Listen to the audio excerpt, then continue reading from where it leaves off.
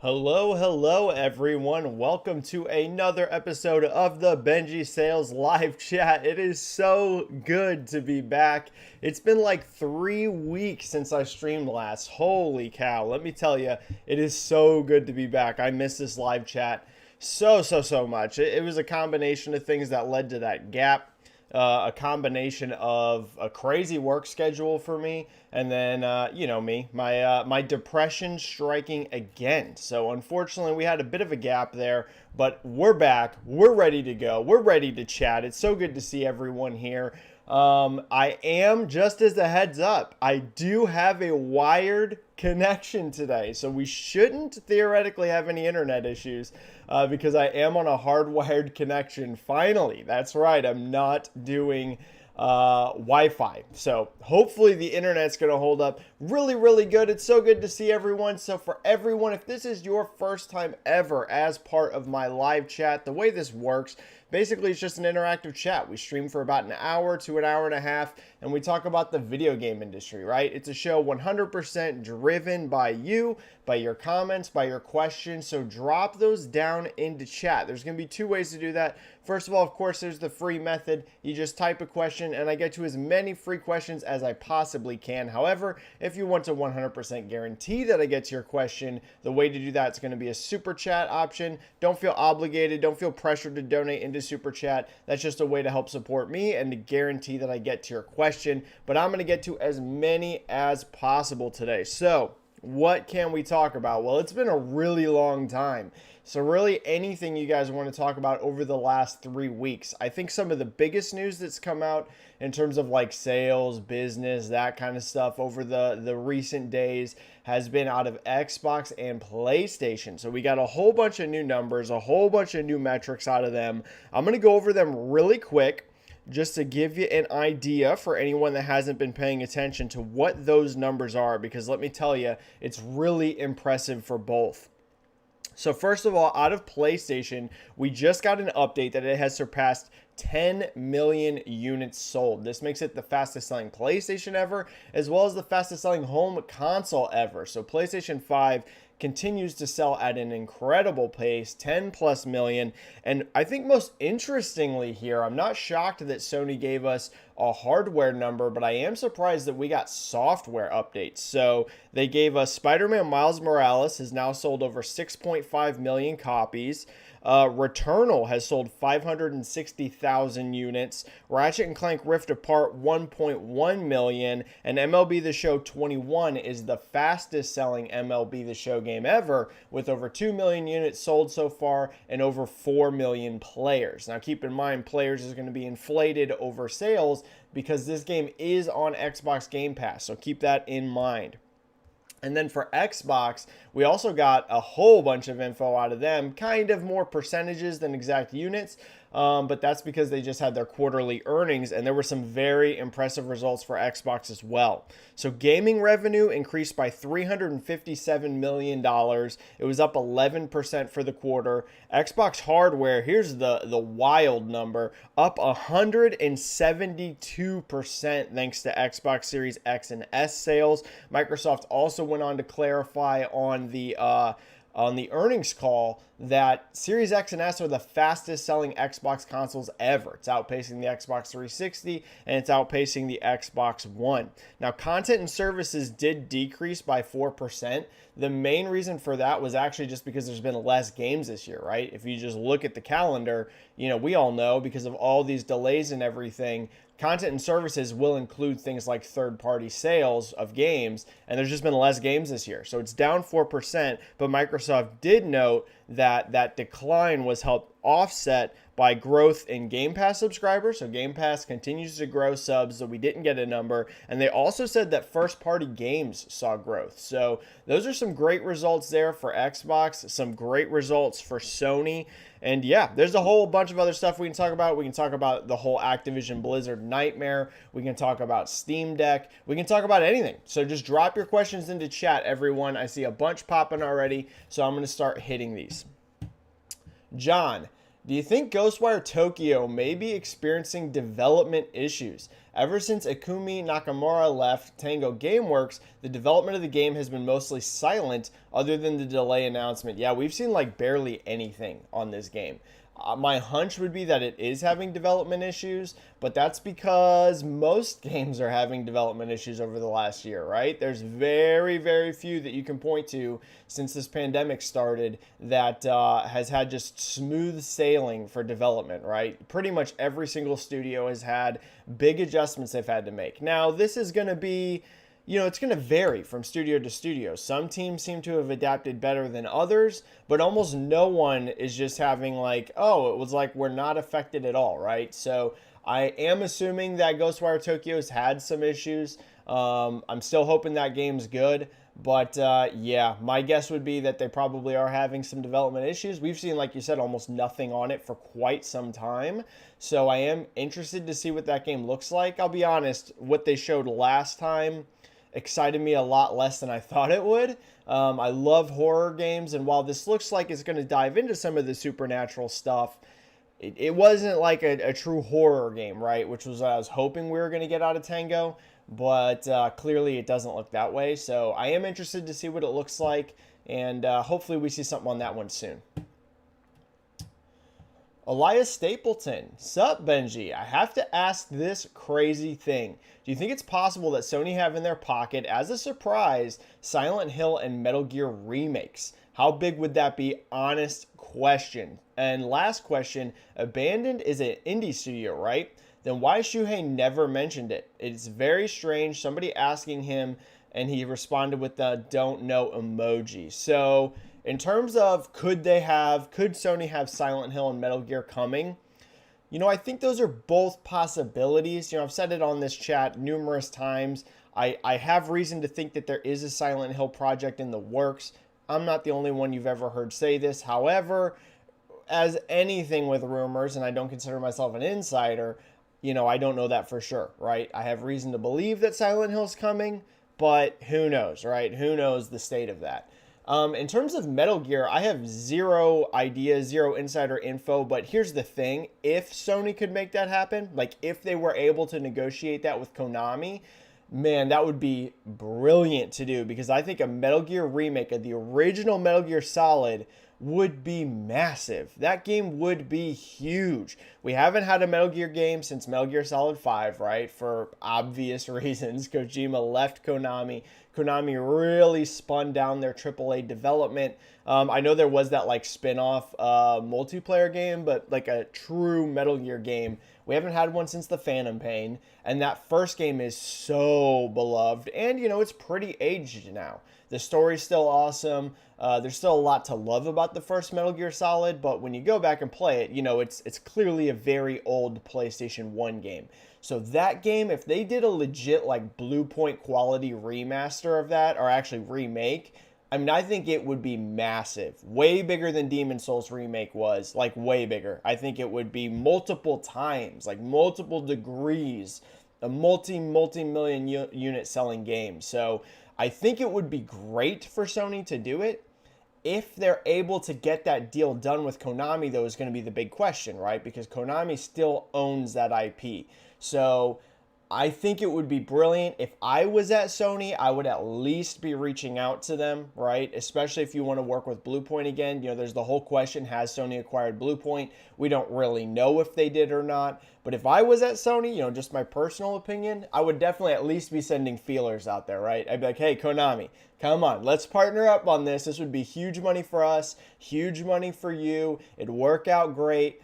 And I think Sony would have interest there. The big question for me is Konami, right? We just don't know how Konami's handling the Metal Gear IP, if they're interested in licensing something like that out. But I think it'd be massive. Yeah, I think Metal Gear Remake would be huge, huge, huge, huge. And in terms of Abandoned, I hate to say it, I have completely stopped paying attention to the whole Blue Box and Abandoned stuff. I think it's gotten really annoying. So I don't blame people that are still waiting on bated breath to see what this thing is. But I've just stopped paying attention. Like, they drug this out too long, too much weird posts. Like, it was really fun for the first couple weeks, I'll be honest. Like, the conspiracy theories and reading what everyone thought and like, oh wow, look at this weird cryptic tweet. Could this mean something? Now I literally don't care. So I do still care about the game. Like once they actually show this game, I'm excited to see what it is. But I have completely stopped paying attention or giving any attention to the like whole social media nonstop teases. I think it's drug on for too long with too much like, I don't know, just like weird stuff. So I'm hoping it's awesome. You know, is it Silent Hill? I don't think so. That would be amazing if it is, right? I'm still on that boat that if it was Silent Hill, it'd be incredible. I'm just choosing to not think it is because I don't want to be disappointed. But I have stopped giving Blue Box and abandoned any of my energy. So when they actually show the game, I'll be excited to see it. But until then, I just don't care anymore. All right, I think we had a super chat. We do. Thank you from Timmer72299 with a 2 super chat saying, no question today. Just wanted to show my support. Thank you so much, Timmer. It's great to see you, man. It's great to have the chat back. I missed everyone. Like, seriously, I love this chat. That was a rough couple weeks not doing it. It was rough. There were a couple times I got close, and like I said, it was just a combination of depression and a crazy work schedule for me. But it's good to be back. We're going to stream next week. We're going to be back to streaming every week, you know, until something crazy happens. But the chat will be back every week.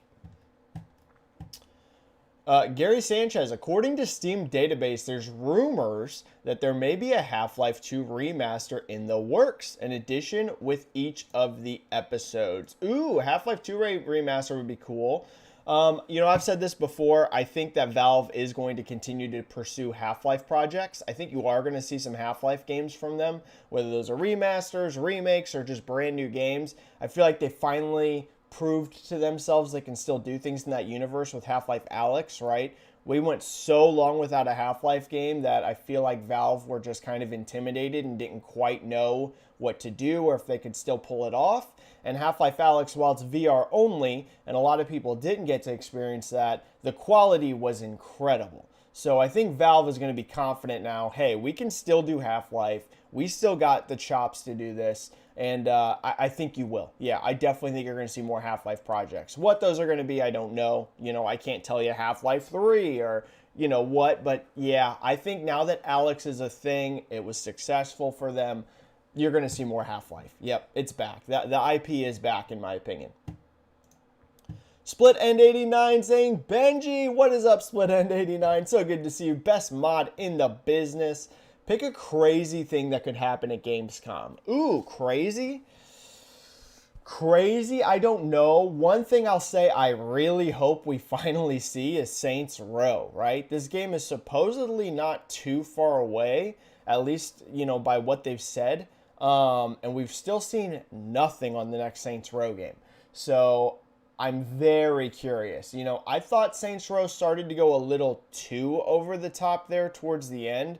I think one thing about Saints Row that's really fun that does separate it from Grand Theft Auto is how over the top it is, right? GTA, as we all know, goes over the top, but Saints Row takes that to like a whole nother level. And I think that's good. It helps differentiate it. But I thought like once they started doing superheroes and stuff, for me at least, it just didn't click. I thought they started going a little too out there. So I'm very curious to see what the next Saints Row game looks like. I think we do see that at Gamescom. So I know that's not necessarily like a crazy prediction. I just don't know how much craziness we're going to get. I think the crazy stuff's going to be at the Game Awards this year, to be honest. I think we're going to see some pretty big stuff at the Game Awards. So that's where I think we're going to get some big surprises. Microsoft, Phil Spencer said in a recent interview, he heavily hinted that they have something big to show there. And he talked about how with the way that that show particularly works, the awards show being different than E3. Like E3, he said Microsoft likes to focus on games that are like coming soon, like, you know, in the somewhat near term, and showcasing things that are like further along. And he said one thing about the Game Awards is they can show stuff that's more cinematic and further off. So that to me says they're going to announce something really big at the Game Awards. So I have a feeling that's going to be the more surprising time. But from Gamescom, at least, what I'm really hoping to see is the next Saints Row. I really hope we see Saints Row, and I think we will. I think we'll see Saints Row there. Javier Macias Leon. Hi, Benji. Great to see you again. It's so good to see you again as well. I hope you're doing better now. Better. Yes, I wouldn't say I'm great. My mental health is all over the place. Everybody knows that. But I'm definitely doing better. Definitely doing better. Any thoughts about the sales of PlayStation first party? Yeah, let's get into this. This is interesting, okay? Returnal, Ratchet. Also, what game do you think Capcom will announce next? Maybe Street Fighter 6 or Dragon's Dogma 2. Right now, we only know Pragmata. Okay, so in regards to the PlayStation first party games, here's those numbers again. Spider-Man Miles Morales, 6.5 million. Clearly a massive success, right? I sent a tweet out. It is lagging behind Spider-Man 2018 in sales, but I don't think that's surprising, right? Spider-Man 2018 was Spider-Man, right? It was Peter Parker. And as much as people love Miles Morales, I mean, me too, that game was amazing. Like, there was a lot of parts about that game that I actually thought were better than Spider-Man 2018. But the reality is Peter Parker is just way more popular of a character. Like, there's zero debate about that. Peter Parker, to so many people, is Spider-Man. And I think Miles is growing, right? He's becoming, he was just a niche character just a couple of years ago, right? Not many people even knew who Miles Morales was outside of like hardcore comic book readers. But now with that, the animated movie Sony put out, now with this game, he's becoming a lot more mainstream, but it's still not going to be like Peter Parker. So, and I think some people also have held off on Miles while they're waiting to get their PS5. We see an amazing attach rate between Miles Morales and new PS5 hardware sales. And what that says to me is that some people have been holding off, right? Some people have a PS4, they want to play it, but they're like, yo, this is on PS5 as well. I'm just going to wait. I want to play the best version of this game possible. So I think those are all factors behind why it's lagging behind Spider-Man 2018. But 6.5 million still, spectacular. It's not even a year old yet. So great result there. Returnal at 560,000 is interesting, okay? That is pretty low, but there are things to keep in mind, right?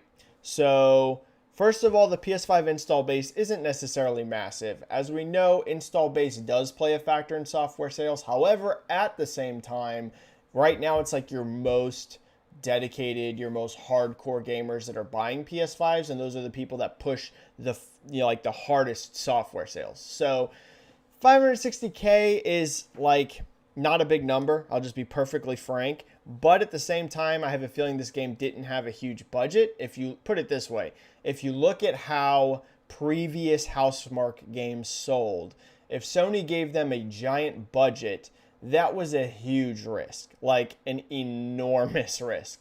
So my hunch is that the budget for this game was fairly low.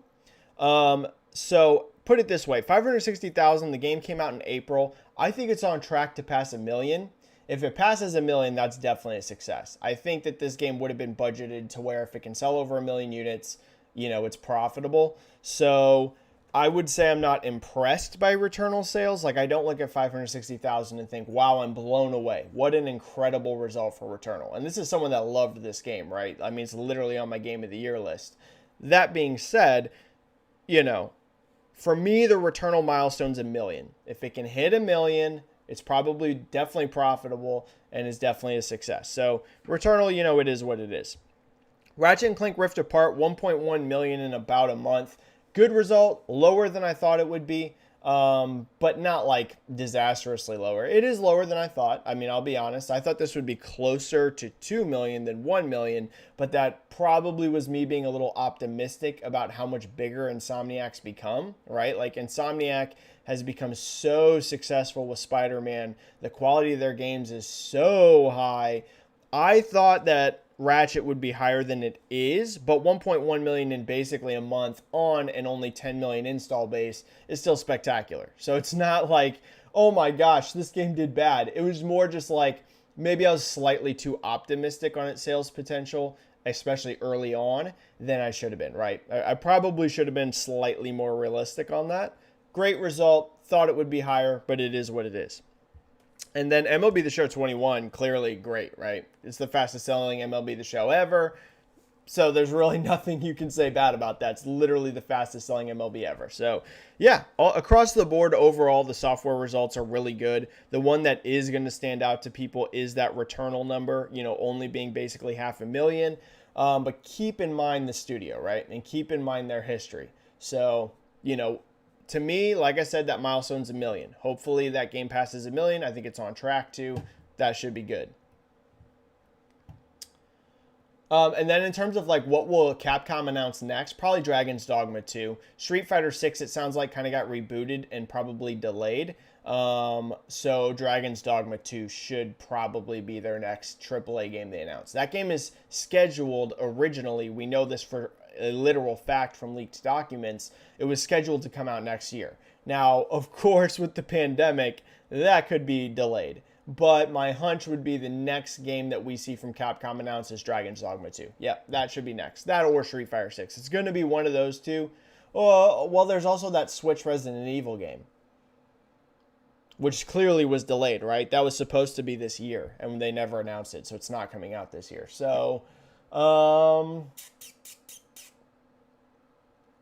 those are the three, right? It's going to be one of those three. Street Fighter 6 we know is in development. Dragon's Dogma 2 we know is in development. And a Switch exclusive Resident Evil. Those are all in development. It's going to be one of those. It's going to be one of those three games. Justin Tanhill, what's your most anticipated game for 2022? Oh, man, that's tough because 2022 looks unbelievably stacked. Mine would be Arc 2 with Vin Diesel because of family. I never got into Arc, but that game's massive. So for a lot of people, Arc 2 is actually going to be a huge deal. The Vin Diesel meme is hilarious. But seriously, Arc is a gigantic success. I never got into it, but whether you're joking or not, which it's a hilarious joke, but yeah, Arc 2 should be huge. That should be huge. For me, legit 2022 looks so stacked, I literally can't narrow it down to one game. I'm beyond stoked for Elden Ring.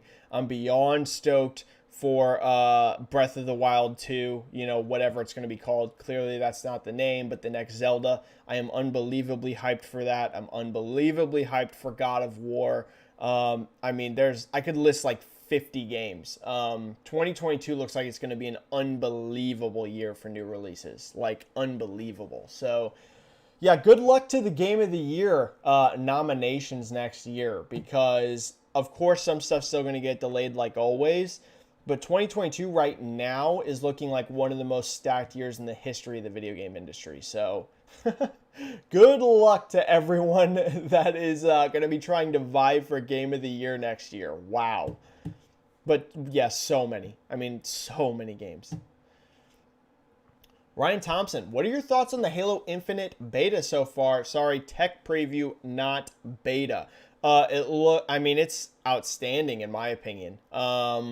Keep in mind, because I've been playing it, so for anyone that hasn't gotten into the tech preview, I am in the tech preview. I'll just say a quick couple thoughts on the Halo Infinite. First of all, I did not get into Halo 5's multiplayer at all. I just replayed through the entire Halo franchise. Started last year. I did Halo CE Anniversary, Halo 2 Anniversary, and Halo Reach last year. And then just this year, literally all in a row, I did Halo 3, Halo 3 ODST, Halo 4, and Halo 5. And, Halo 5 actually wasn't as bad as I remembered it. When I very first played Halo 5, as a massive Halo fan, I did not like that campaign. I really disliked it. Replaying it for the first time ever, I'd never replayed it since launch, it still is not great, to be honest with you. The actual story and campaign is definitely, I feel like, a step down from even Halo 4, which was another game developed by 343. I thought the narrative took a big drop between 4 and 5. And kind of the biggest thing that stuck out to me replaying Halo 5, I don't know all the details about the development of that game, but it felt like it was kind of pieced together, to be honest. It felt like there was sections of this game that were kind of missing, areas that were less ambitious than they originally thought they were going to be. I don't know that campaign was actually the campaign that 343 originally envisioned they were going to put out. Now, I don't know that for sure, but Yeah, but in terms of gameplay, like Halo 5's movement felt great, and Infinite to me, but I didn't like a lot of 5, right? Like I didn't like some of the stuff besides the actual movement. Playing Infinite, dude, this feels like a great combination of classic Halo mixed with the improvements 343 made with movement on Halo 5. Um, like I said, as someone that seriously never got into Halo 5's multiplayer but loves classic Halo, I can tell you the gameplay feels good. Like, good. Like, I could see myself being very hooked on Halo Infinite. There's a couple caveats here. Right now, we're only playing versus bots. There's no player versus player. We're only playing on one map. So there's still a lot of unknowns with this, right? How's it going to actually feel when I'm playing against other players? What's the other map balance is going to feel like? You know, this is still a very limited tech demo. But I'm already like way more hyped for this game than I actually already was. Who knows how the campaign is going to be? Who knows how the story is going to be? But it feels like this is the best gameplay 343 has ever made. Everything else I don't know about, but the actual gameplay, I think this is the best feeling Halo that they've ever made, right? Like it still has that stuff that they improved with Halo 5, but it still really does have a classic Halo feel to it. So I'm very impressed with it. Visuals look great. You know, I don't think it's like the best looking game I've ever seen in my life, but for a multiplayer game, like it looks really, really solid. I love the art style. Like they've really nailed that art style. Looks clean. So yeah, I'm feeling good about it. Feeling really good. They're going to release more maps throughout the tech test this weekend. The Bazaar map's going to go up today. So I'm excited to play on that. And then supposedly by this weekend, they're going to open up actual true PvP. So I'm very excited to play that and see what actual straight up playing versus other humans feels like. But right now, 2 thumbs up. 2 thumbs up. Halo Infinite's feeling good. I can tell you that. Hannibal. 10 million units of Series XS by the end of the year. I would say... Yeah, I would say so. Daniel put out, Daniel, Z Huge, and I know it's not Z Huge, before you all correct me. I feel like I have to say that every time. I say Z Huge because it's funny. Me and Daniel, I consider Daniel a friend, and I like to be a little silly with it. He said that his estimate is, I believe he said 6.4 or 6.5 million shipped. Not sell-through, but shipped for Series X and S. Now, sell-through is going to be very close to that. Not going to be exact, but it's going to be close. So he put out about 6.5 million-ish, or 6.4. It was right around there. So if I'm misquoting Daniel slightly, I apologize. But it was like right in that range. Yeah, 10 million by the end of the year should actually be easy. Because keep in mind, we have the holidays ahead of us. So while that's, you know, we have, what is it now? It's July. So we have like a chunk that was as of June or July. So I know that we have like more than half of the year of sales right now, but also keep in mind holiday is going to have like a big boost, right? They're going to put out a ton of units for holiday. So it'll definitely be over 10 million by the end of the year. Yeah, for sure. Actually, I'd say like without a doubt. And then Hannibal saying, do we have a similar pattern as the 360 era? Too early to say, Hannibal. I think that there is zero debate. Like, if you're still holding on to the idea, like some people, that this is going to sell like the Xbox One, literally it's time to abandon that already. Like already. It's not going to happen, okay? Series X and S are going to greatly outsell Xbox One by a large amount. We're very early in the generation, and signs are already way more positive than Xbox Ones ever were. And keep in mind, this is before any of the big hitters have hit. Right now, this is literally basically just Game Pass and the hardware and third party pushing these consoles, right? Halo hasn't hit yet. Forza hasn't hit yet. You know, once we start getting to the Bethesda games and all that. So, you know, this is going to be a much better generation than Xbox One was for Microsoft. Now, is it going to match 360? That I'm still too early to say on. Like, I just don't know. Okay, we're still so early in the generation. I mean, we're not even a full year in yet. I already see enough signs to know for sure this is going to sell better than Xbox One. But is it going to match Xbox 360? We just need a lot more data, okay? I think that there is reason to believe it could happen. Like, it could. Keep in mind I'm saying could, not will. I think there are signs that could happen. It's just too early. It's just too early. We need to see how the games are received. I think the big wild card here for Microsoft in terms of can they match the 360 era is going to be how the Xbox Series X and S perform in mainland Europe. That to me is still the big question. That's still dominated by PlayStation. That's the area that Microsoft actually lost the most market share last gen. A lot of people don't realize Xbox One still sold great in the US. Was it down from the 360? Yes. Was it, not the market leader anymore like it was during the 360 generation? Yes, it did lose that. But in terms of overall sales, Xbox One still sold a lot in the US, but it lost a ton of market share in Europe. So that to me is the big question. Can they gain back some market share in mainland Europe? Because they're going to have to if they want to match Xbox 360. So take it to the bank. Better than Xbox One. Can it sell as good as 360? Still too early to know. I think I missed a super chat. Let me hit that super chat. 2 super chats. Oh, wow. Both in a row. Holy cow. Mac Roberts with a 5 and Split End 89 with a 2. Both saying Bloomberg Jason Schreier just reported Horizon 2 is delayed to 2022. And then Split End, dang, Schreier reporting Horizon delayed to Q1 2022. I'm not surprised by this. I'm not surprised by this at all. And yes, it sucks. But dude, Horizon's a very ambitious game, right? You're talking about a giant open world game. You're talking about a game and a company in Guerrilla that likes to push visuals to the absolute limits. And keep in mind, this is also a game that Guerrilla has to make work on PlayStation 4 and PlayStation 5. It is a cross-generation title. Is it disappointing? Massively, right? This was easily one of my most anticipated games of the year. Horizon Zero Dawn was one of my favorite IPs of last generation, by far. It was one of the best IPs of last gen, in my opinion.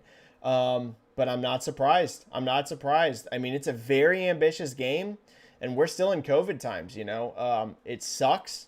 But, yeah, I'm not surprised by this at all. That's crazy, though. That is crazy. Sony first party, man.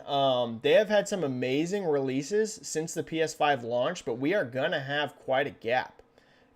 Basically, which is understandable. This isn't like one of those things like railing against Sony. Completely understandable. Look at the gap Xbox has had, right? So I'm not trying to say this for console war stuff. Xbox still hasn't truly delivered a massive, first party game. Well, I guess technically they just now did with Flight Sim, but look at how long it took, right? Since the Xbox Series launched. But you look at Ratchet and Clank, we're going to have a gap for first party after Ratchet and Clank, basically all the way until next year now. It sucks. It's a bummer, but I'm not shocked. I'm not shocked at all. That is a bummer though. Here's the thing. When Sony finally does talk, boy, are they going to have a lot to show. Because, Horizon getting delayed. They're going to want to show more on that game. God of War we still haven't seen. Most of Sony's first-party studios have 0 announced games right now. So, obviously, they have games in development. But, and keep in mind when I'm saying there's this gap, people are going to point out things like Ghost of Tsushima Director's Cut, Death Stranding Director's Cut. I am super stoked for these games. I'm just saying, you know what I mean, for brand new games. After Ratchet, there's going to be a gap, quite a gap. But, it's understandable, But their next show should be huge. By the time Sony does talk, their actual next showcase should be unbelievably stacked because we don't know what most of their studios are up to, or even if we do know what they're up to, like in the case of Sony Santa Monica and God of War, we've seen 0 on it. We literally see nothing but a logo. So who knows when that Sony showcase is going to happen, but it is going to be stacked. Holy cow, that Sony show is going to be nuts whenever they finally do talk. But yeah, wow, not surprised by this, but that is crazy. That is crazy. There's no big Sony exclusive game for the holidays. But here's the thing. I don't know that they need it, right? And I know that sounds crazy, but PlayStation 5 is just selling out on its own momentum right now. Even Xbox Series X and S. S less so, but Series X is selling out ridiculously. S is a lot easier to find than the X is. But like these consoles right now have so much momentum that it sucks, but I don't think it's the end of the world. I don't think it's the end of the world. They don't have a big holiday game, but that does suck. The Deadly 8. With the shortages expected to continue until 2023, would that hurt third-party next-gen exclusive titles, and would it make developers think twice before making next-gen exclusives and focus on cross-gen? I don't think so. I don't think so, because even with these shortages, they're still the fastest-selling consoles ever. So, keep in mind, for their respective companies. I know Series X and S aren't the fastest-selling overall, but I mean, they're the fastest-selling Xboxes ever, and PS5 is the fastest-selling console ever. So these shortages suck, but these consoles are actually moving at a crazy pace.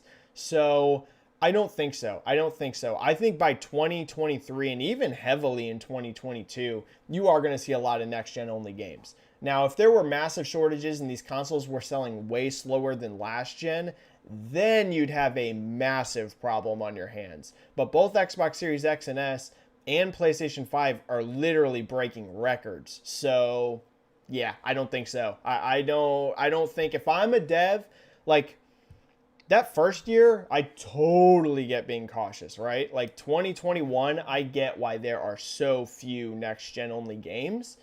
By late 2022 and especially into 2023, I don't think it'll make that much sense to support last-gen hardware anymore.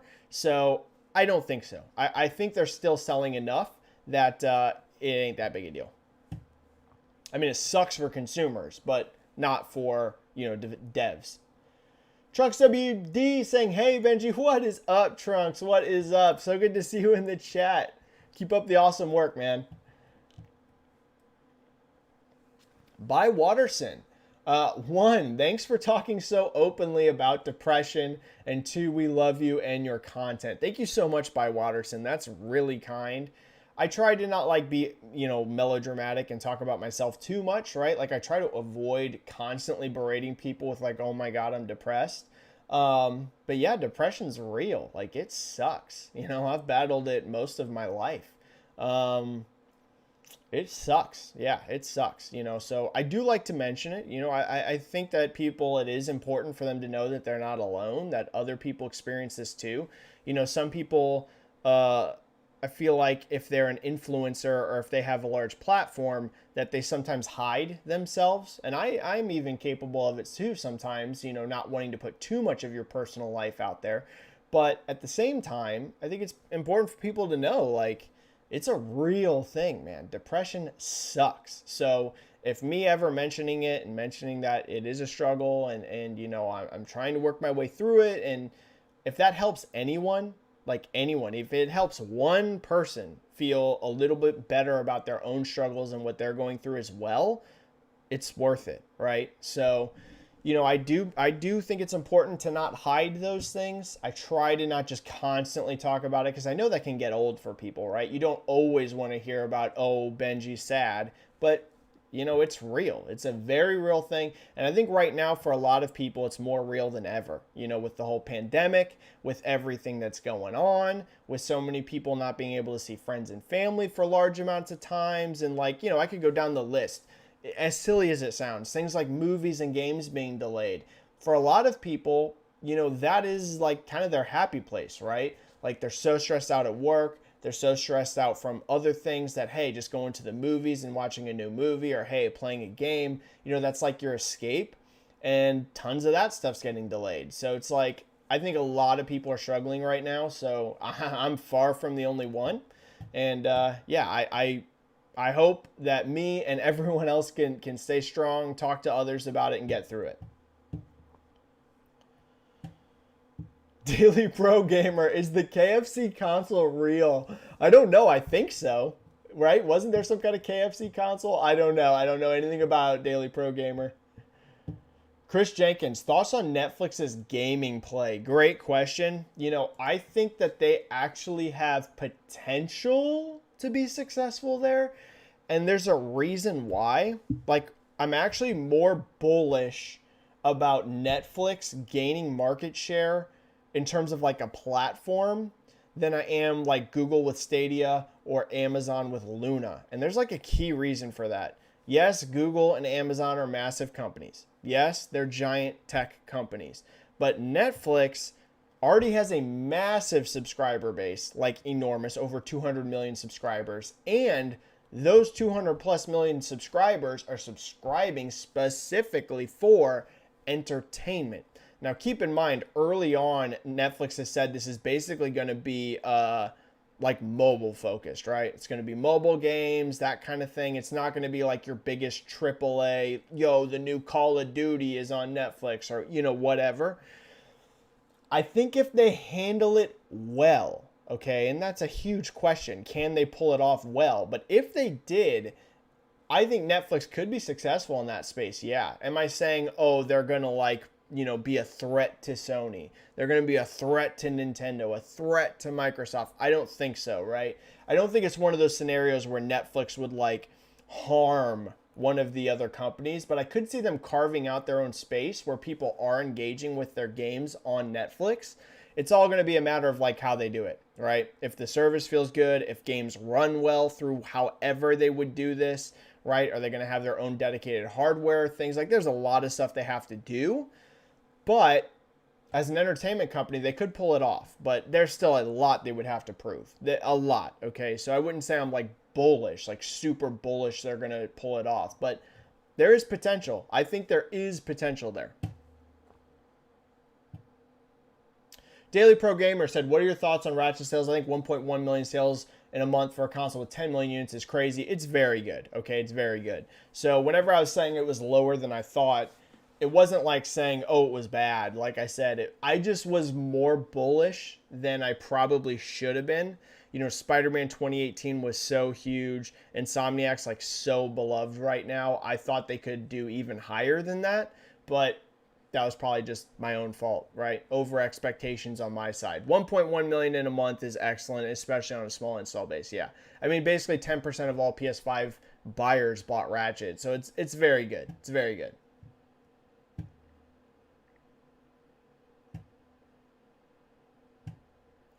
Sounds PP7. Benji, what are your expectations for Crysis Trilogy Remastered? And why didn't Crytek just hold off on releasing Crysis Remastered and wait for the Trilogy instead? Crysis Remastered should do pretty okay. The Trilogy. The original Crysis Remastered, I think, did decent for them. It doesn't look like it was this shocking home run hit. Why they didn't hold off, I'm not sure, but I think the main reason, to be perfectly honest, that this trilogy is even happening is because I believe Crytek is currently making Crysis 4.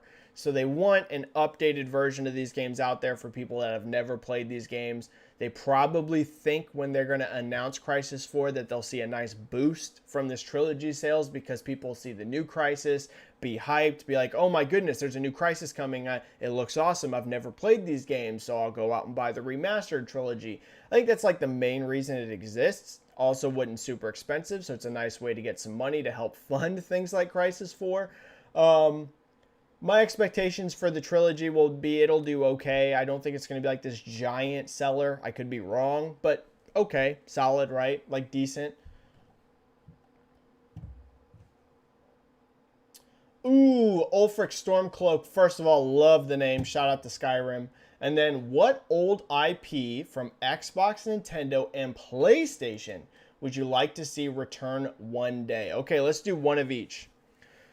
For Xbox, the one that I most wanted to see, honestly, was Fable, which is coming back. Thank goodness. I love Fable, especially 1 and 2. Fable 3 for me was, but I love Fable 1, love Fable 2. So when they announced that, that was a dream come true for me, right? Nice to see Fable back. So, but I'm not going to count that because we already know it's coming back. So I'll be honest, not necessarily the biggest from a personal sense, but what I think needs to happen, Banjo-Kazooie needs to come back. It needs to happen. I'm not the biggest, most massive Banjo-Kazooie fan out there, but first of all, Microsoft doesn't have a ton of family-friendly games. They have the biggest one in the world in Minecraft, right? So, and they have Grounded. They have some, but you're literally sitting on an IP that is perfect for that audience. Perfect. It also got a huge boost in eyeballs and visibility through coming to Smash. So, like, why would you not? Banjo, to me, is the one that needs to the most out of Microsoft's IP. I think it's a big mistake if we don't ever see Banjo again. So I'll go with them from Xbox. Nintendo, I'll go F-Zero. F-Zero would be cool. I would have said Metroid, but we know Metroid's coming. So, F-Zero, right? F-Zero would be hype. That or Star Fox. That's hard for me. Ooh, F-Zero or Star Fox, actually. I'm picking both. I'm going to be greedy. I want to see F-Zero and Star Fox come back. And not like with weird little... I mean like a full-on epic Star Fox and an epic F-Zero game. Those are two. You know, I'm going to cheat. I'm saying two. F-Zero and Star Fox. I want them to come back. And then PlayStation, Killzone. That might be surprising to people, but Killzone, I want to see another Killzone game. I thought that universe was awesome. Those games didn't necessarily all deliver, right? I feel like they were of varying quality, but, or Resistance. One of those two. Surprisingly not SOCOM. I know a ton of people are wishing for SOCOM, but if I could get a shooter to come back from Sony, for me personally, it wouldn't be SOCOM. It'd be Resistance or it would be Killzone. But they don't really have many FPS over at Sony, right? They just don't really have many of those. So I'd like to see one of those. Killzone or Resistance. One of those. So those are my games. Banjo for Xbox, F-Zero or Star Fox for Nintendo, and Killzone or Resistance for Sony. Samuel Toper, what is up? Hey Benji, glad to see a new live chat. It's good to be back, Samuel. So good to see you, buddy. Thoughts on the Halo Infinite technical preview? I did my breakdown, Samuel. I hope you're having fun too, and thanks for being in my chat, man. It's so good to see you. Pat Fury saying, what up, Benji? What up? Sounds PP7. Was Death Stranding's 5 million sales numbers about what you expected? Yeah, about so, yep. And how many more copies do you think will be sold with the director's cut? Yes, so pre-launch, before the game came out, I probably would have been a little bit more bullish on sales, right? I would have thought it did better than that. But like after launch and seeing what we saw out of it, yeah, 5 million, if you would have asked me, would have been about what I would have said. I would have probably said 5 to 6-ish million, somewhere around there. Maybe optimistically 7, but it's in that range, right? 5-6 million, somewhere around there would have been my guess. I think that's pretty solid, honestly, for a new IP. First of all, game's a brand new IP. Second of all, the game is beyond weird, okay? I love Death Stranding, and I'm one of those people that literally loved it. It was one of my 2 favorite games the year it came out. I think that was 2018, or was that? No, that was 2019. That and Control were my favorite games that year. But at the same time, despite me, myself, loving it, it's one of those games that I 100% understand people that despise it. Because it is weird. The gameplay is strange, but I love it. So for how weird that game is, it being a new IP, I think 5 million is pretty solid. That game probably also, though, was fairly expensive, but we know it was profitable. Kojima himself said actually quite a while ago that it was profitable. So how much will Director's Cut sell? I'd say it'll probably add about 1 million. You know, I don't think it's going to be one of those things where Director's Cut's going to sell another 5 million, right? It's going to double the sales. I would say 1 million, it'll probably add on to it over time, not like at launch, but over time it'll probably add about another 1 million to that total. Maybe if it's a big success with people getting new PS5s that skipped it on PS4, maybe optimistically 2 million eventually. But I think it could add a solid 1 million. Yeah, in the long run. Again, like I said, not like at launch. All of a sudden it's going to sell 1 million units. But long term, I think it can sell 1 million plus. Yeah, I think so. Because there's going to be people that buy PS5s that never bought PS4s. I know that sounds weird, and I think most of the people that are buying PS5s probably had PS4s. But there are going to be some people, especially younger people, that are now moving into that age group, that like 16, 17, 18, that didn't own a PS4, you know, that'll be interested. So 1 million plus, somewhere around there. Edith Vicky. Hi, Benji. Don't want to be controversial. Oh, it's okay. But still, I want your answer. Do you think Steam Deck will survive in the industry? Oh, this is a great question. I haven't even had a chance to talk about Steam Deck because I was gone for so long. with Nintendo, will Steam Deck be another Steam controller? It's a fantastic question, Adith. I didn't get a chance to talk about Steam Deck at all. So here's the thing. For people that say, like, oh, Steam Deck is going to be the Switch killer, like, no. It's literally not going to happen, okay? It's just like, I'm telling you right now, it's not going to happen. However, I do think it can do well. The big question here is going to be, how does this thing play games? Like, we still don't truly know, right? We have a good idea. We've heard the things that Valve has said. You know, IGN got to get hands-on and play some games with it. But we still don't really know, once it's in your hands, how does it play a large library of games, right? That is literally going to be the make or break for Steam Deck.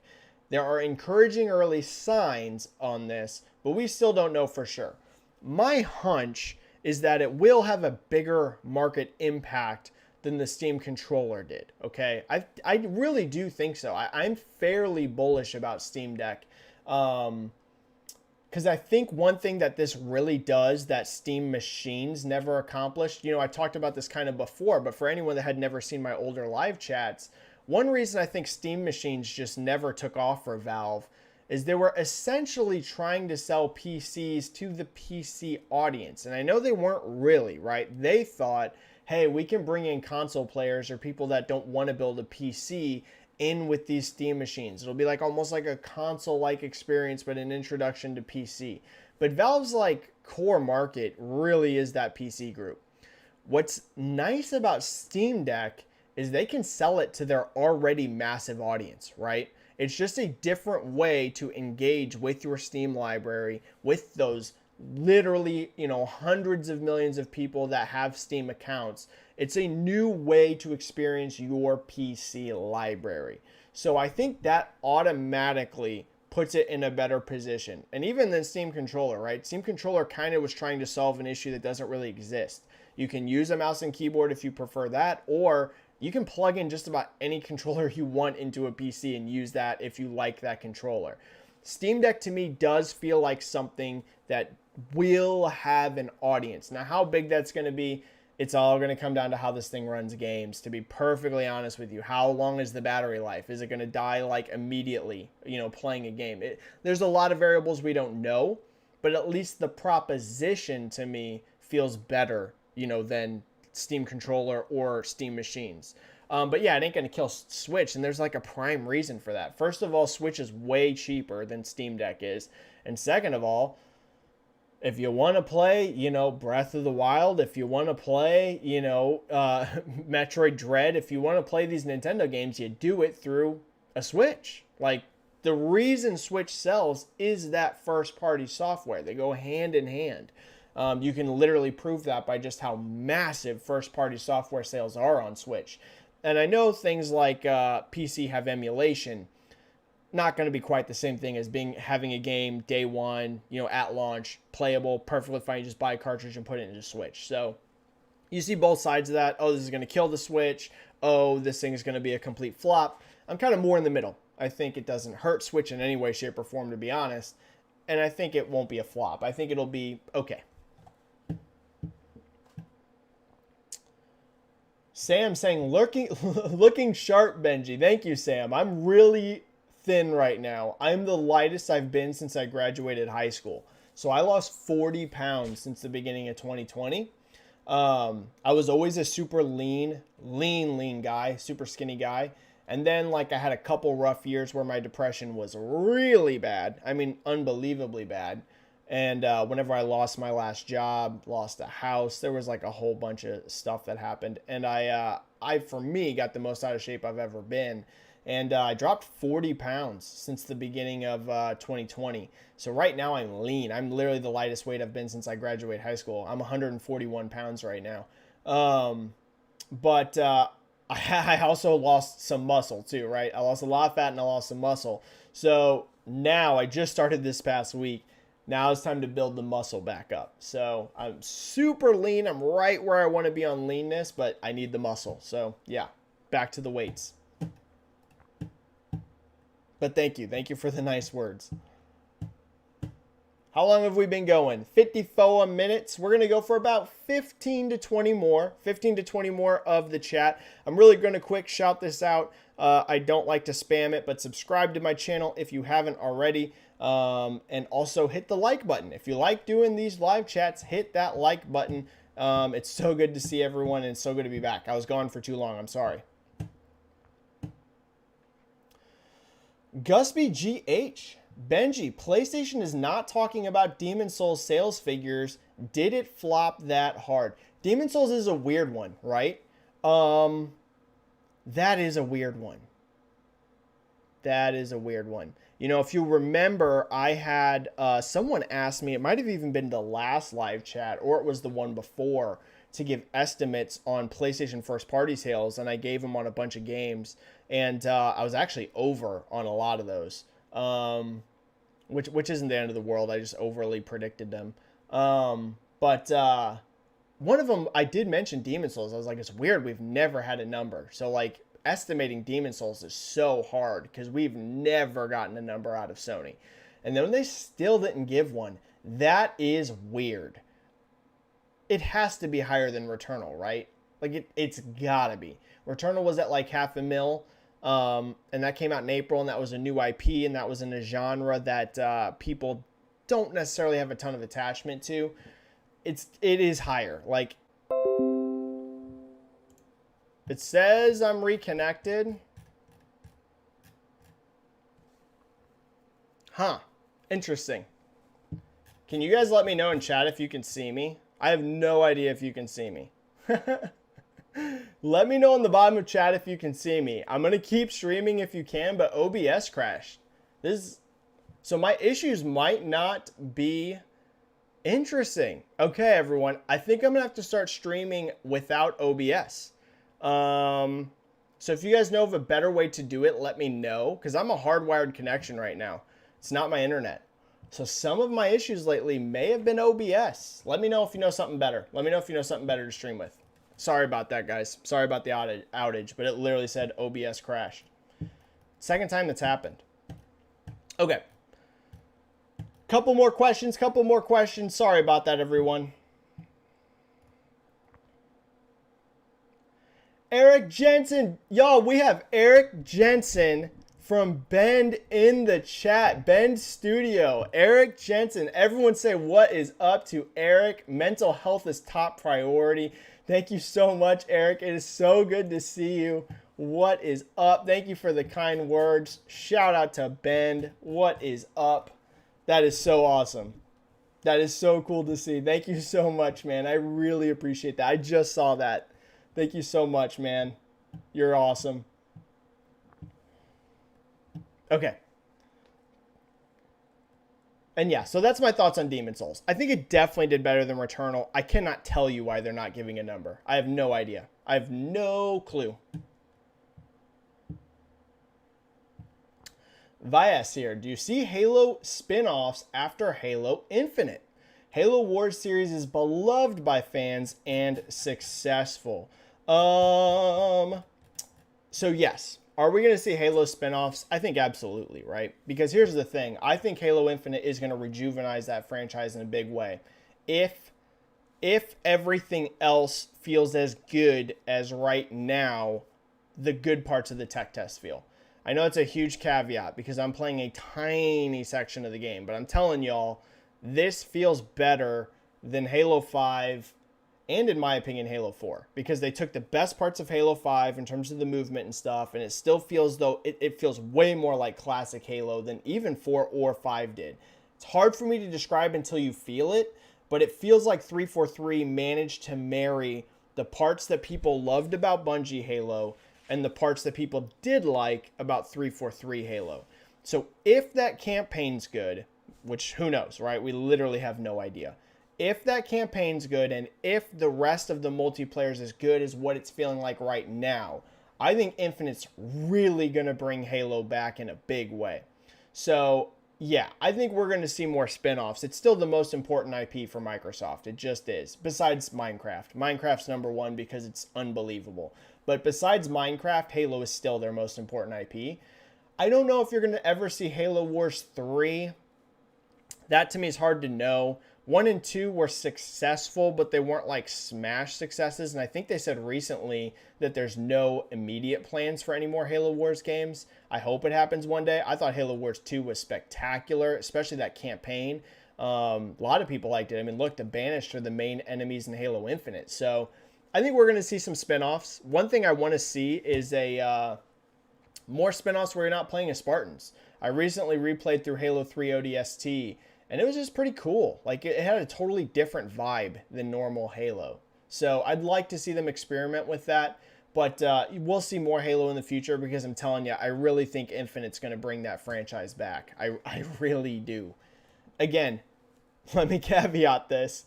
Unless the campaign or something's like a disaster. But I'm way more optimistic about Infinite now than I was even before playing it. That's like how good I think the gameplay is. Like, it's very good, y'all. The gameplay is very good.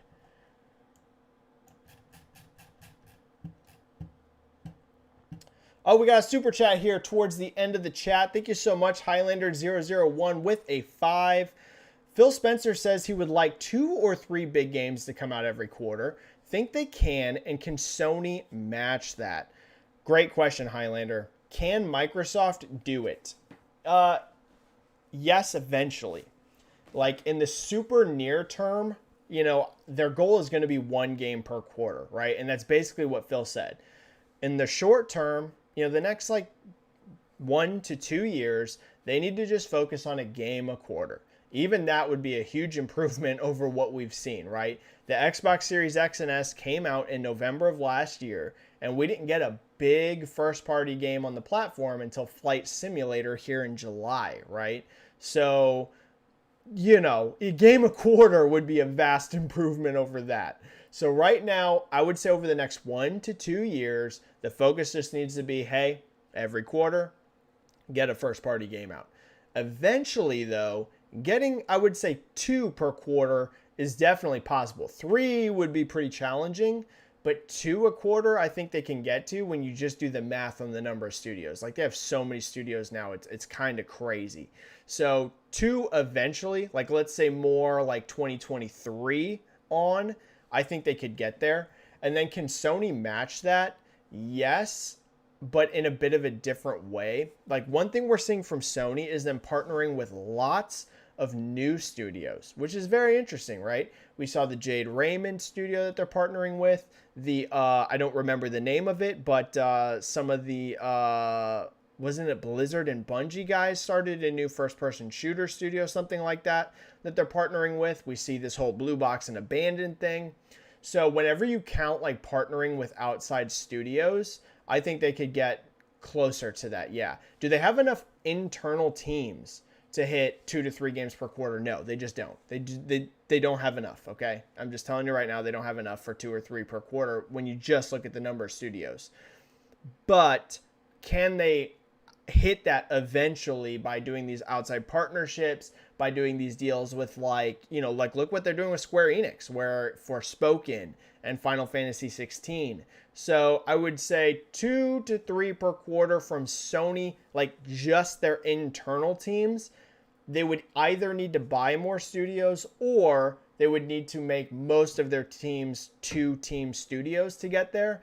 But if we're talking about just exclusives, can they get like 2 or more exclusives per quarter? Yes. Yep, they can get there. They can get there through their own teams, partnering with new studios and third-party devs by, like, it's still a first-party game because they're funding it, they're publishing it, as well as signing these exclusives with third parties. They can do it. Yeah, they can do it. They definitely can get there. And again, Microsoft's still a ways off from that too. So it's going to take a build for them to get there. I think 2022 will be the first year where you see 1 game per quarter out of Xbox. And then maybe 2023 you see 2. Maybe. Not a lock, but maybe. Danger Man, talking about missing games, I wonder when Monolith Productions in Seattle will show their next game since Shadow of War. I totally agree with you, Danger Man. Completely. Like, where is that studio? Shadow of War came out a long time ago. And I think there was a rumor that they're working on a brand new IP. Now, if that's true, because I would have assumed they're making another Lord of the Rings game.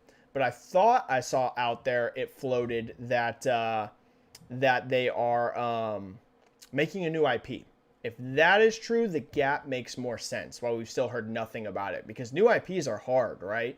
It's way harder than making a sequel. And not that making a sequel is easy, but you at least have your universe. You have the basic framework of what your gameplay is. Of course, you're going to evolve that in a sequel, but you have like the skeleton, right? You like have a starting point at least. On a new IP, it's, I mean, you're brand new figuring out your gameplay. You're brand new figuring out what's the hook of this franchise. What are our characters? What is our story? What is our universe? So if they're making a new IP, I see why it's been a while. If it's just a Lord of the Rings game, it is surprising. It's surprising we've heard literally nothing out of them. So that would be surprising. JCat saying, yo, nice to see you. What is up, JCat? So good to see you too. So good to see you.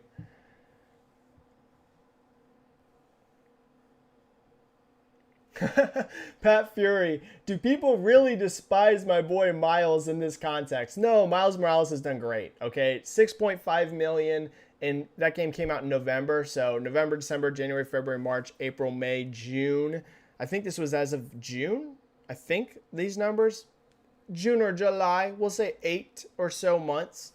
No, that's really good, right? It's hard to match a Peter Parker Spider-Man as Miles. Spider-Man 2 will be gigantic, but yeah, no, 6.5 million for that I think is very solid.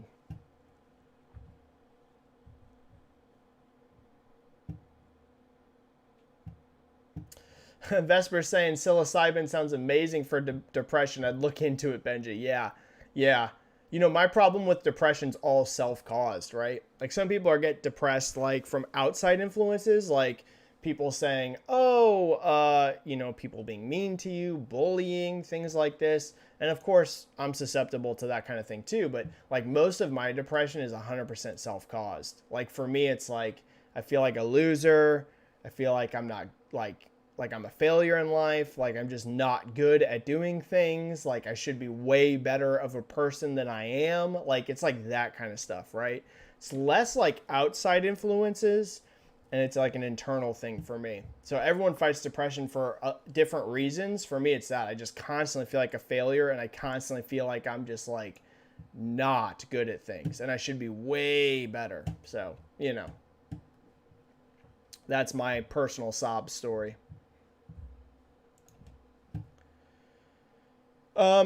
Hataki Kakashi, are the sales for Wasteland 3 good? Yes, it was the fastest selling Wasteland game, I believe, ever. And I think it was the fastest selling in Exile game. I'd have to go back and read over that to make sure that that's accurate. But put it this way, I know it was seen as a success. I can tell you that. I think it might have been the fastest selling in Exile and fastest selling Wasteland game. I would have to double check that. That's off the top of my head. The one thing I do know for sure is Microsoft saw that as a success. Yes. King of the Dry Bones, do you think a $50, $60 price point would have helped Returnal? It's a great question. I don't know what to think about $70 games. I keep going back and forth on this, right?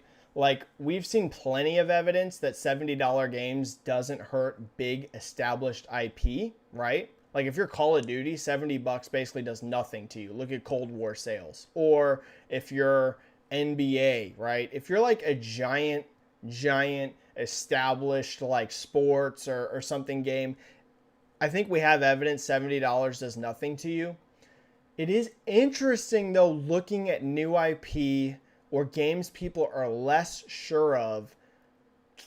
I think there's still questions there. I'm going to be perfectly honest with you. Now, would a $50 or $60 price point made a radical difference on Returnal? Instead of being at $560,000, would it be at $1 million? You know, that I don't know. I truly couldn't answer that truthfully. But I do think it's still up in the air if there's some evidence that $70 is going to be a bit risky for games that are just ones people don't know for a fact they want instantly day one because they played every other Call of Duty or every other Madden or NBA. You know what I'm saying? So I don't want to necessarily commit either way. I want to see more data. But I think it's still an open question. I do think it's still an open question. And Dan was saying, I'd say the game being a niche genre didn't help sales. Yeah, you also have to keep that genre in mind, right? Ratchet was 1.1 million and that was at $70. So, you know, that's great for a month on a 10 million install base. So, you know, but again, like I was mentioning, Ratchet and Clank's an established franchise. It's these new IP. That is the one I want to see more data on. I want to see more new IPs launch at $70 before I like really put my foot down. You know what I mean? Because like I said, Ratchet and Clank, we know what Ratchet is. So I want to see more games like Returnal that are brand new. People have no historical context with those games and see how those sell. We got a super chat here. According to Doom with a $5 super chat, wouldn't Xbox need to buy more studios to make 2 per quarter if each game takes around 4 years to make? Not really, because a lot of their studios are 2-team now or more, like a lot. Like right now, first of all, they have a lot of studios, but you also have to keep in mind a lot of these teams at Microsoft are actually already multi-team studios with multiple projects. Obsidian has, I know for a fact, 2 games in development, maybe 3. They have Avowed and The Outer Worlds 2 already confirmed. And I think if I understand correctly, they have another one in development besides that. In Exile, I believe, has 2 in the works. We know for a fact Playground has multiple games in the works. They have Fable and they have Forza Horizon 5. And then, you know, Bethesda Game Studios has their whole suite of studios. Like, not really. Like, I think people don't really realize yet how many games are going to come out of Xbox in the next 5 years. It's going to be a freaking lot. Whether you like Xbox or not, you know, you could hate all those games. I'm not telling you got to like them or not, but it's just math. They are going to have a lot of games in the next 5 years. So, not really. You know, are they going to be at a point where every single quarter is going to be 2 games? No, I wouldn't go into it expecting every single quarter 2 to 3 games. But are there going to be some quarters? Yeah. I mean, there's going to be one this year. This holiday, they're going to have Forza Horizon 5 and they're going to have Halo Infinite. So it's going to start happening. It's just like undeniable. They're going to start hitting that point where they have some quarters where they have 2 or more games. Yeah. Not every quarter, but they're going to have some. Thank you for that super chat. Timmer, 72299 with a 5 super chat too. Thank you so much, Timmer, here at the end. Do you think of a question? Are you going to stream QuakeCon? If I can, you know, I wish I could stream more stuff, but working retail sucks for timing this stuff, y'all. It sucks. I have no set schedule, which is why my streams hit at random days and at random times. I try to take off so I can do co-streams when there's like a really big show in advance that I know of. So like, you know, the E3 showcase or Gamescom, you know, I'm going to try and make sure I'm off for that, or whenever Sony announces their next big showcase, if they give enough time ahead of time. But QuakeCon, I'm not sure. I don't know how much info will come out of QuakeCon. You know, I'm just not sure. If I knew for a fact QuakeCon was going to be a huge deal, I'd ask off to co-stream it. But I just don't know.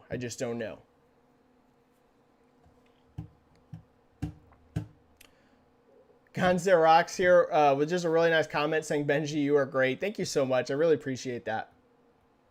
Okay, I'm going to pull out like 2 or 3 questions and then I got to go because I got to get ready for work. Let me pick. I'm only going to pick 2 or 3. I wish I could get way more. I wish I could hit every single questions. But I'm only have time to pick out like a couple more. But we got to most of them today. So let me pull out a couple more and then we're going to bounce just so I can go to work. I'm going to try and hit people that haven't gotten questions answered.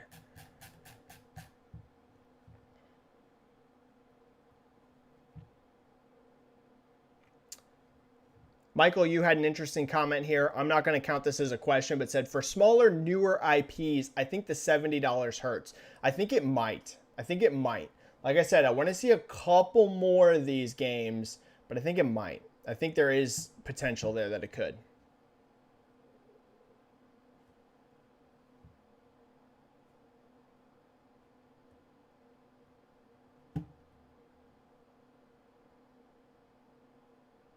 Ooh, I like this one. Dangerman1337, a Halo spin-off idea, a KOTOR style RPG set in a lost age of ancient humanity and one of its cycles of rise and collapse. I agree with that. I think a Halo RPG would be great. I'd love to see a Halo RPG. It's a genre they've never done, and it's a universe that's perfect for it. Like, perfect for it, right? It's a giant sci-fi universe with, like, tons of mythology. Halo RPG for sure.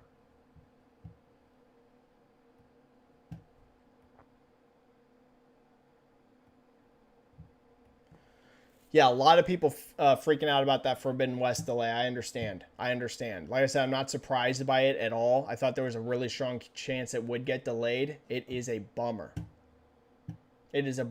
But Split End makes a great point. There will be so much stuff out this holiday, it won't hurt them as badly. Not that it doesn't suck. Great point, Split End. There is a lot of games coming out, okay? A lot of games this holiday. Unless those also get delayed.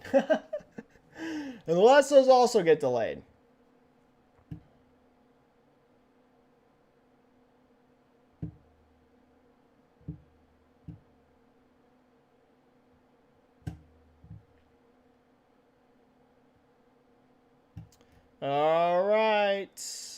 Not a ton of questions here left. There's just a lot of comments, which are great. I'm reading them, but I'm trying to just hit one or two more questions and bounce. Okay, did I hit pretty much all the questions? Really? I think I kind of hit them all. Okay, I think I'm going to bounce there, y'all. I think I pretty much hit most of the questions. It's mostly comments and just good discussion besides that. Oh, whoa, we got a super chat right at the end. Trunks WD with a 5 super chat at the end saying, no question, just showing some support. Keep up the great work. Thank you so much, Trunks. That's really kind of you. Thank you so much. Oh, David's got one here. Thank you so much, Trunks. Seriously, keep up your great work too. David Samayer here. Can you read my last chat? Let me see. Where you at, David? Okay. David's here got one. He called it out. Benji-Sales, if Horizon is delayed, imagine what 2022 looks like, not including possible unannounced projects by them. Yeah, 2022 for Sony is going to be freaking stacked, okay? So if you're a PlayStation fan, I know it's a bummer that after Ratchet, there's going to be a gap. That's just unavoidable, right? You're going to have a big gap. There is Kena, which I think looks amazing. Not technically a first-party game, right? That is made by Ember Lab, but I am so stoked for Kena. But if you're just talking about like the actual Sony first-party studios that we all know and love, yeah, after Ratchet, it looks like we're going to have a gap of at least like 6 or 7 months until next year. But the good news for you is that 2022 looks unbelievably stacked, right? You've got Horizon Forbidden West, you got God of War, you got Gran Turismo, and am I even forgetting one? I don't think so. I think those are the only fully announced ones. But plus, yeah, whatever else they could have been planning to release next year, plus not counting third-party exclusives, right?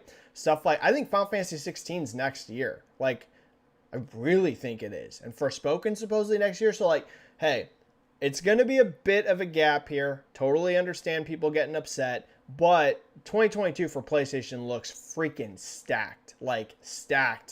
So you're going to get a great year next year. And then Timmer coming in with the super chat right here at the end. Do you think Bobby Kotick will resign? A spicy question at the end. Okay. Oh, Bobby K. Do I think he should resign? Yeah. I think Bobby K should have resigned a while ago, to be perfectly honest with you. I can't go into details here, but y'all, I've heard some horror stories out of Bobby K. And I'm not talking about the allegations here in regards to Blizzard, which is horrendous. The things that we're hearing that have come out of Blizzard. I mean, some truly despicable stuff.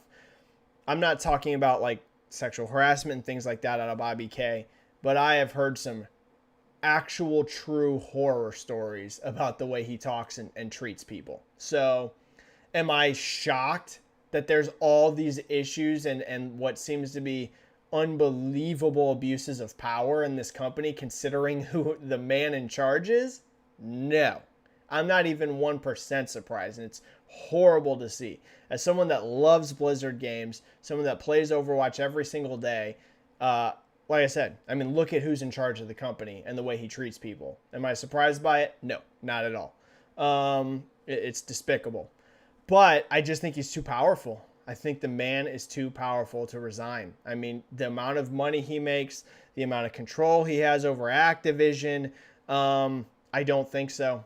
I think Bobby K stays. The only way I think you see Kotick leave is if Activision like royally loses this court case and has to pay unbelievable damages and their share price completely collapses. Like, it's going to take some massive things to get Bobby K out of there. He ain't going to just, at least in my opinion, he's not going to just leave at the beginning of this court case. I mean, look at the way the company responded. Like the PR they put out there about like how, oh, this is no big deal. And, you know, oh, the state of California has no idea what they're talking about. And I mean, it was like one of the most unbelievable responses I've ever seen. Like, it'd be one thing to deny it because you kind of expect the company to deny it, as horrible as that is. But you would think that they would say stuff like, you know, this is very disturbing.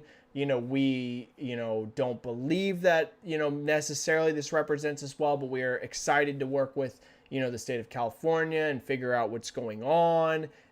But instead they came out like, the state of California is lying. Like, it was shocking. It was shocking. So, no, like I said, only way I see Bobby leaving that company is if they royally lose this case, share price completely collapses, they have to pay massive amounts of damages. If all of that happens, then you could see it. You could see it. Ashu Neji says one thing. I don't stand with these big corp bad crowd think practically. I actually agree that I don't always agree with all big corporations are bad. Like EA. I think EA gets a bit of a bad rap. I don't know all of the internal details there, but has EA done some bad stuff? Yeah. But I agree with what Ashu's saying, where like you don't just default to, oh, it's a big corporation, so it's automatically evil. I'm actually in the same boat, but I can tell you just straight up, Bobby K, from literally everything I've ever heard from people within the industry, is the dude's not a good person, okay? Not a good person. And the sheer number of things that have come out about Blizzard and Activision is undeniable at this point. Like, you literally can't deny it. It's not like we have like 2 or 3 people that have said some things and there's very little evidence of it. So we really need to see a court case. Like, of course we still need the court case and we need to play this out at law, but like, y'all, it is a staggering, we're talking now hundreds of people that have come out and spoken about the things that have happened to Blizzard and Activision. Like, it's just a fact at this point. So yeah, I mean, it's horrible. It's horrible. And like I said, considering the things I've heard about Kotick, I'm not shocked about this in any way, shape, or form. I mean, y'all, did you guys know about the court case that he lost? Let's go into this really quick before I bounce. Because if this shows you the abuse of power that happens at that company, a lot of people don't realize this. You guys know that Bobby Kotick lost a case of sexual harassment. I think it was about 10 years ago. And literally the reason he lost that case is over the exact same things that we have seen happen within Blizzard. Okay, one of his cohorts basically had a plane flight, and one of the women that worked on this private plane was being harassed by this guy. No, he lost this case. So this isn't even like, oh, maybe this happened. He straight up lost the case. She was being harassed. She went to, to report to HR, and she went to report to, Kotick and stuff and said, hey, this is making me uncomfortable. I'm being harassed. I'm being asked, on dates and stuff and not wanting to by this guy. He's making me wash toilets and standing over me, watching me clean the toilets. When I turn him down, And then she got fired by Kodak. They lost that court case, okay? So none of this should be surprising. So I have no love for that man at all. And again, I am not one of these people that's like automatically like big corporations are bad. I think there's a lot of companies that get a worse rap than they deserve. But this specific case, I think it's undeniable, y'all. I think it's undeniable. Okay, everyone, I'm out. I know that's a hot topic to end the stream on. My thoughts with everybody at Blizzard. But thank you so much, everyone, for an amazing stream. It was so good to be back. I missed everybody. I promise to be back next week. Thank you for all the encouragement. Thank you for all the positive words. Thank you guys for being amazing to me on Twitter, amazing to me on YouTube. We'll be back next week, okay? So subscribe to the channel if you're not already. We do one of these streams every single week. We will be back next week. Hit the like button. It helps the YouTube algorithm. Thanks for being awesome. Thank you so much, everyone. I'm out. Peace. Stay safe. Play some games. And I'll see you either on Twitter if you follow me there, or I'll see you here on YouTube next week. Bye, everybody. Bye. Have a great day. See ya. Bye.